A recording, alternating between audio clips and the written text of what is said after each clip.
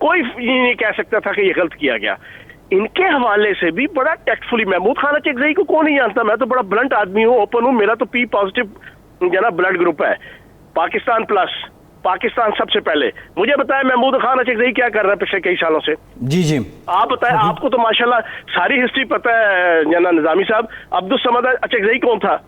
بلوچستان کا گاندھی تھا, ٹھیک ہے نا جی. ادھر سردی گاندھی جو ہے نا عبدالغفار خان تھا, اس کا باپ جو ہے نا وہ عبدالصمد اچکزئی تھا, ٹھیک ہے نا جی. ان کی کیا کانگریس کے ساتھ ایفیلیشن تھی؟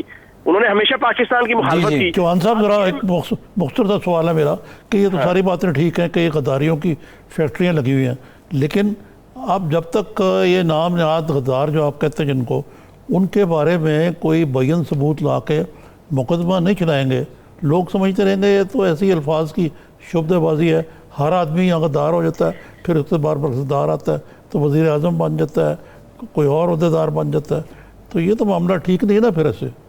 دیکھیں میں تو ذاتی اپنی رائے ایک بتاؤں کہ جنا 1999 12 اکتوبر کے بعد ہمارے اگر اداروں کو سمجھ نہیں آیا اور دوبارہ 2008 کے اندر جو اس آل شریف کو اور اس خاندان کو لایا گیا, یہ بہت بڑی غلطی تھی. اور یہ غلطی نہیں تھی, میں یہ سمجھتا ہوں یہ ایک جرم تھا, چاہے کسی انڈیویجول نے کیا ہے. وہ الیکٹرا وہ کیا ہے نہیں لایا گیا کیا ہے چوہان صاحب؟ ہر جگہ لایا گیا این آر او کے ذریعے سے. کیا کرتے ہیں جی این آر او اکیلا آصف زرداری نے تو نہیں اکاموڈیٹ کیا ہے. نہیں تو کیا مشرف صاحب نے بھیجا تھا, مشرف صاحب ہی لے کے آئے ان کو, آپ یہ کہہ رہے ہیں؟ دیکھو بات یہ ہے, زرداری تو بیچارہ بدنام ہو گیا این آر او کے حوالے سے, اور بی بی بھی اللہ جنت الفردوس میں جگہ دے بی بی کو. یعنی مفت کی پیپلز پارٹی ہوئی, اصل تو انہوں نے انجوائے کیا ہے این آر او, اصل تو موج اس دونوں بھائیوں نے لوٹی ہے اور اسٹبر نے لوٹی ہے اس این آر او سے, ٹھیک ہے نا جی. لیکن اب ان کی غلط فہمی ہے, وہ جو نا کہتے ہیں نا وہ دن گئے جب خلیل میاں فاختہ اڑایا کرتے تھے. یہ ابھی بھی اپنے M N A M P A centre اور ووٹرز کو یہ لولی پاپ دے رہے ہیں کہ دیکھو پہلے بھی تو ایسی نا جی 99, پہلے بھی بغاوت پرچے ہوئے سن, پہلے بھی جناب جلا وطنی تھی, پھر ہم واپس آئے, وزیر اعظم بنے, وزیر اعلیٰ بنے, اقتدار میں آئی پارٹی. یہ ابھی یہ لولی پاپ دے رہے ہیں جس کی وجہ سے 90% لوگ اگر ان کے ساتھ اگر انٹیکٹ ہے نا, وہ اسی جناب وہ خوش فہمی غلط فہمی میں. چوہان صاحب لاسٹ کوئسچن, یہ جو لوگ نامزد ہیں ایف آئی آر میں, ان کو گرفتار کریں گے اور کب سے یہ گرفتاریوں کا سلسلہ شروع ہو جائے گا؟ ہوں گے. ابتدائی عشق خیر ہوتا ہے کیا, آگے دیکھیے اب ہوتا ہے کیا.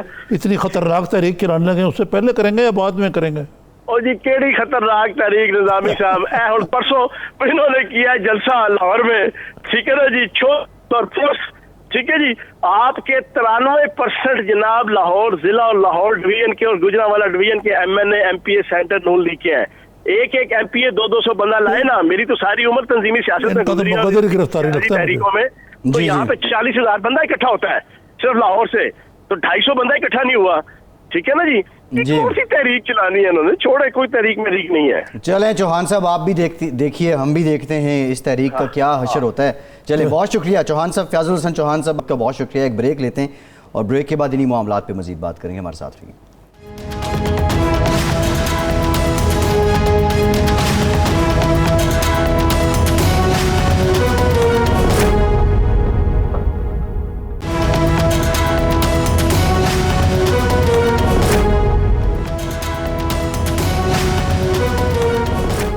بریک کے بعد ایک بار پھر سے آپ کو خوش آمدید کہیں گے. نظامی صاحب شہباز شریف صاحب عدالت میں پیش ہوئے اور بڑے شکوے کیے. انہوں نے کہا کہ عدالتی تحویل میں نیب والے پہلے مجھے کھانا میز پہ دیتے تھے اور اب زمین پہ دیتے ہیں, نماز والی کرسی جو ہے اس کا رخ موڑ دیتے ہیں, اور ساتھ ہی ساتھ وہ یہ الزام عائد کر رہے ہیں کہ یہ جو وزیر اعظم پاکستان ہیں ان کی ایما پہ یہ سب کچھ کر رہے ہیں.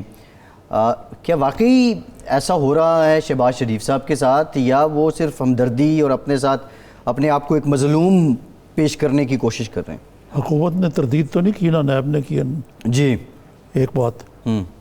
دوسرے یہ اذیت رسانے کے یہ ذرا طریقے ہوتے ہیں جی, جس کے تحت کیا جا رہا ہے.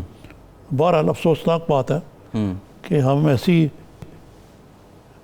ناپسندیدہ روایت قائم کر رہے ہیں جس کے خدا نہ خواستہ کل خود نہ شکار ہو. ٹھیک. نظامی صاحب ایک اور معاملہ, محمد زبیر صاحب کو نواز شریف صاحب اور مریم نواز صاحبہ کا ترجمان مقرر کر دیا گیا ہے. بات تو سمجھ آتی ہے کہ جو مریم صاحبہ اور نواز شریف صاحب ہیں وہ بعض اوقات شاید اپنی بات خود نہ پہنچا سکیں تو زبیر صاحب کی زبانی آئے گی. زبیر صاحب پہ اتنا اعتماد, ویسے تو اسد عمر صاحب بڑے معتمد ہیں معتمد خاص ہیں عمران خان صاحب کے, زبیر صاحب نواز شریف صاحب کے, مریم نواز صاحبہ کے ہیں.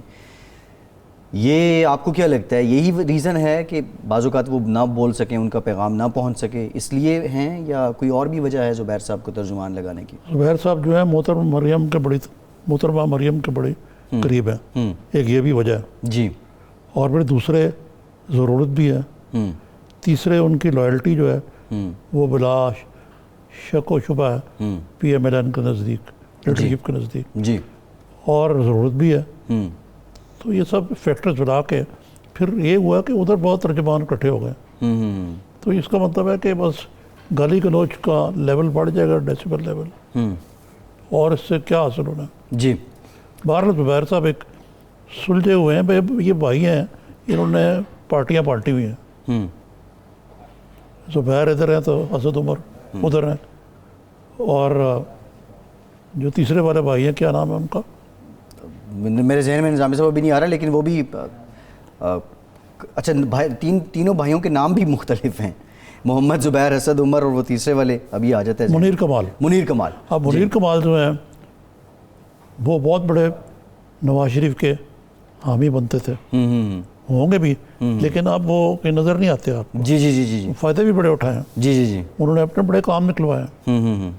ٹھیک ہے. ویسے وہ کارپوریٹ ورلڈ میں بینکر ہیں, اور چوتھا بھائی جو ہے بہت چکے. بہرحال اللہ جنت نصیب کرے جو ان کے والد صاحب تھے, جنرل عمر صاحب. جی, اگرچہ ایک طرف وہ سقوط ڈھاکہ کے ایک کردار تھے, جنرل یحییٰ خان کے دست راست, لیکن بیٹے بڑے ہونہار اور حب الوطن پیدا ہوئے. حب الوطن میں اس میں کہہ رہا ہوں. ٹھیک ہے نظامی صاحب, یہ جو نیا اب یہ سلسلہ 16 اکتوبر سے گجرانوالہ سے شروع ہو رہا ہے, یہ تو نون لیگ کا اپنا ایک ویوز تھے, پی ٹی آئی کے اپنے ویوز ہیں, چوہان صاحب کہہ رہے ہیں یہ نہیں کر سکتے, بندے اکٹھے نہیں ہوں گے, لیکن نون لیگ کی جو نیشنل اسمبلی اور آپ دیکھیں پروونشل اسمبلی ہے, وہاں پہ گجرانوالہ میں پی ٹی آئی کی کوئی نشست نہیں ہے. نون لیگ نے وہاں پہ کلین سویپ کیا تھا. گجرانوالہ شہر ہے ان کا. جی جی, گجرانوالہ ان کا شہر ہے, ان کا گڑھ ہے, آپ کہہ سکتے ہیں. کبھی چلیں گے چڑے خانے ان کے پاس, خرم دستگیر صاحب کے پاس؟ جی ضرور نظامی صاحب جائیں گے, معاف کیجیے گا. سوال میرا آپ سے یہ ہے, 16 اکتوبر کا جلسہ کیا ڈیسائیڈ کر دے گا کہ پی ڈی ایم کا مستقبل کیا ہے؟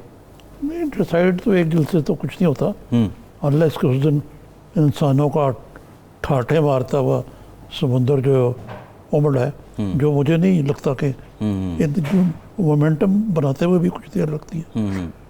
مجھے خطرہ یہ ہے کہ یہ اس کو بزور بازو کرش کریں گے, حکومتی مشینری استعمال کی جائے گی, حکومت کرش کریں گے جی, اور اس کے نتیجے میں گڑبڑ بھی ہو سکتی ہے, اور معاملات جو ہیں وہ قابو سے باہر بھی جا سکتے ہیں. جی, کیونکہ اس وقت معاملات جو مثلاً جو مولانا فضل الرحمان کی اے پی سی تھی اور جو کال تھی اور جو اب صورتحال ہے, جی, اس میں بٹرنس میں بھی بہت زیادہ اضافہ ہو گیا, فاصلے بہت بڑھ گئے. عمران خان صاحب بھی ڈیسپریٹ ہو گئے, جی, کیونکہ جو وہ دیکھ رہے ہیں کہ ان کی کارکردگی جو ہے وہ کو بات نہیں بن رہی. جی, ہے جی, ٹھیک ہے وہ یہ اپوزیشن لگی رہتی ہے کہ جی وہ داندری کی پیداوار ہے, لیکن اگر ڈیلیور کر دیتے تو سب کور ہو جاتا. اب کور کیا کرتے ہیں, آپ کو پتہ ہی جو کل بھی لیٹسٹ فگرز آئے جی, کہ بلکہ آج ہی چھپا ہوا ہے کہ جی 5 میں سے 4 افراد ایک سروے میں یہ کہتے ہیں پنجاب میں جی, کہ یہ حکومت کی کارکردگی انتہائی غیر تسلی بخش ہے. نظامی صاحب, یہ جو گورننس ریلیٹڈ میٹرز ہیں ان پہ تو ہم بات کریں گے, ذرا اپوزیشن کی بھی بات کر لیں نا. اب ایک سوال تو اٹھتا ہے کہ پیپلز پارٹی اپنے 3 سال کیوں قربان کر دے گی سندھ میں حکومت کے. دوسرا, آصف زرداری صاحب نے آج رسپونڈ کیا, وہ بھی بڑی معنی خیز بات تھی کہ کسی کے کہنے پہ خواجہ آصف نے بیان دے دیا ہو گیا. اب ہم یہ تو نہیں کہہ سکتے کہ اپوزیشن یوں بند مٹھی ہے اور ایک ہی پیج پہ ہے. یہ دراڑیں تو ہیں. 2 سال میں خواجہ صاحب کبھی رہے ہیں پابند سلاسل؟ نہیں. کیوں؟ یہ آپ بتائیں. میں نے آپ سے پوچھا. مجھے پابند سلاسل رہنے کا کرائٹیریا تھوڑی ہے نظامی صاحب. نہیں, یہ کلین آدمی نا, بڑے اس لیے.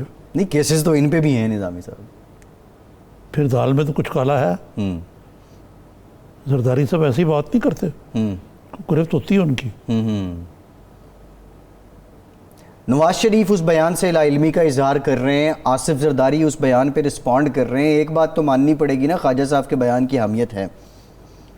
بھائی جس طرح کوئی یہ کہہ رہا تھا کہ میاں نواز شریف معزول بھی ہیں, ڈسکوالیفائڈ بھی ہیں, سب کچھ ہیں, زندگی بھر کے لیے وہ ان کی سیاست جو ہے بظاہر تو ختم ہو جائے, لیکن آپ دیکھیں کہ کہاں ختم ہوئی ہے سیاست ان کی.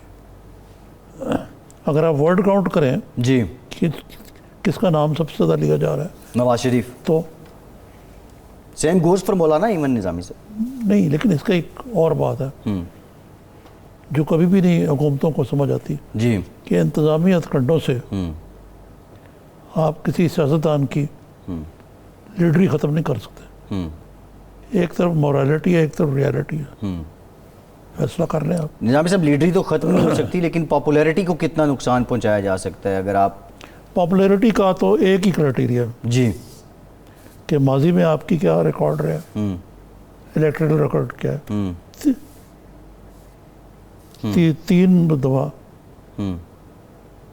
الیکٹ ہوئے ہیں پرائم منسٹر, ٹھیک ہے, اس کو کر رہے ہیں آپ. پھر آپ یہ کر لیں کہ بھئی آئندہ کے کیا پراسپیکٹ ہے, یہ کر جی, لیں. دیکھیں یہاں تو یہی میں نے ملٹی پاؤ والی بات کی نا, یہ تو نواز شریف تو ڈسکوالیفائی ہوئے نا. غداری کا تو عدالتی طور سے کوئی ان کے اوپر چارج نہیں ہے, جی, یہ تو سیاسی ہے نا. اس کے باوجود وہ سیاست میں بیٹھے ہوئے ہیں, دھڑلے سے بیٹھے ہوئے ہیں, اور کچھ بن نہیں پا رہا. نظامی صاحب, فواد چودھری صاحب نے کہا کہ یہ جو ایف آئی آر درج ہوئی ہے غداری والی, اس میں اس کا علم وزیر اعظم کو نہیں تھا. خیر ہوتا بھی کیسے, یہ تو کوئی بدر صاحب ہیں. یہ بدر صاحب کون ہے, یہ ٹاؤٹ ہیں, آئی ڈونٹ نو کون ہے نظامی میں صاحب, بتا رہا ہوں نا آپ کو. لیکن قانونی لحاظ سے یہ لوگ ایسے ٹاؤٹ ٹائپ کے ہوتے ہیں, فرمائشی پروگرام کے لیے رکھے ہوتے ہیں. نظامی صاحب ویسے دیکھا جائے اگر ہاں, ہو سکتا ہے کارروائی کار ڈالنے کے لیے کی ہو, جیسے بعض لوگ کہتے ہیں. بعض لوگوں کا وتیرہ ہوتا ہے کہ اس طرح کی ایف آئی آریں جمع کروا دیتے ہیں, وہ درخواستیں دے دیتے ہیں. نظامی صاحب, فواد صاحب پھر بھی کوئی بات کر جاتے ہیں ادھر. نہیں, فواد صاحب نے جنرل بات کی ہے. نظامی صاحب, ایک عام شہری اگر جاتا ہے تھانے میں درخواست لے کے, اب لازمی تو نہیں ہے کہ وزیر اعظم کو ہر درخواست کا پتہ ہو. اب جو ہے یہ انڈر دا ٹیبل دیکھا جائے تو معاملات تو نہیں یار, یہ پارٹی ڈسپلن کا تقاضا تو یہی ہے. نہیں, وہ پارٹی کا بندہ تھوڑی ہے نظامی صاحب, وہ تو عام شہری کے ہیں. عام شہری, جی جی, عام شہری کو اور کوئی تکلیف نہیں ہے کہ نواز شریف کے خلاف غداری کا مقدمہ کرائے. اچھا, یہ گل صاحب والی بات نظامی صاحب ہماری ادھوری رہ گئی تھی. یہ کیا ہے, یہ گل صاحب چوہان صاحب کی بات پہ برتری لے کے لینا چاہ رہے تھے؟ آپ یہ رات لکھ لیں میری بات. جی, گل صاحب جو ہیں اس حکومت کے ساتھ گل ہو جائیں گے, ان کی ضرورت گل ہو جائے گی. اللہ ان کو زندگی دے, یہ نہیں کہہ رہا. گل کا مطلب پھول ہو جائیں گے؟ گل کا مطلب ہوتا ہے نہیں, سیاست گل ہو جائے گی. گل تو پھول بھی ہوتا ہے نظامی صاحب. پھول تو ہے ہی وہ. ہاں, کتنی خوبصورت باتیں کرتے ہیں. جی, وہ پھول ہی کر سکتا ہے. میں اب اس پہ کیا کہوں, لیکن میں تو گل دیکھے میں آپٹیمم بندہ ہوں. میری خوشگمانی ہے کہ وہ گل ہو جائیں گے, گل سے گل ہو جائیں گے. یہی مطلب میں یہی کہہ رہا تھا, پروگرام بجھ جائیں گے. پروگرام کا وقت ہو گیا, چراغ گل ہو جاتے ہیں. جی جی ٹھیک. نظامی صاحب شکریہ, کا وقت ہو گیا. آج کے پروگرام سے اتنا ہی.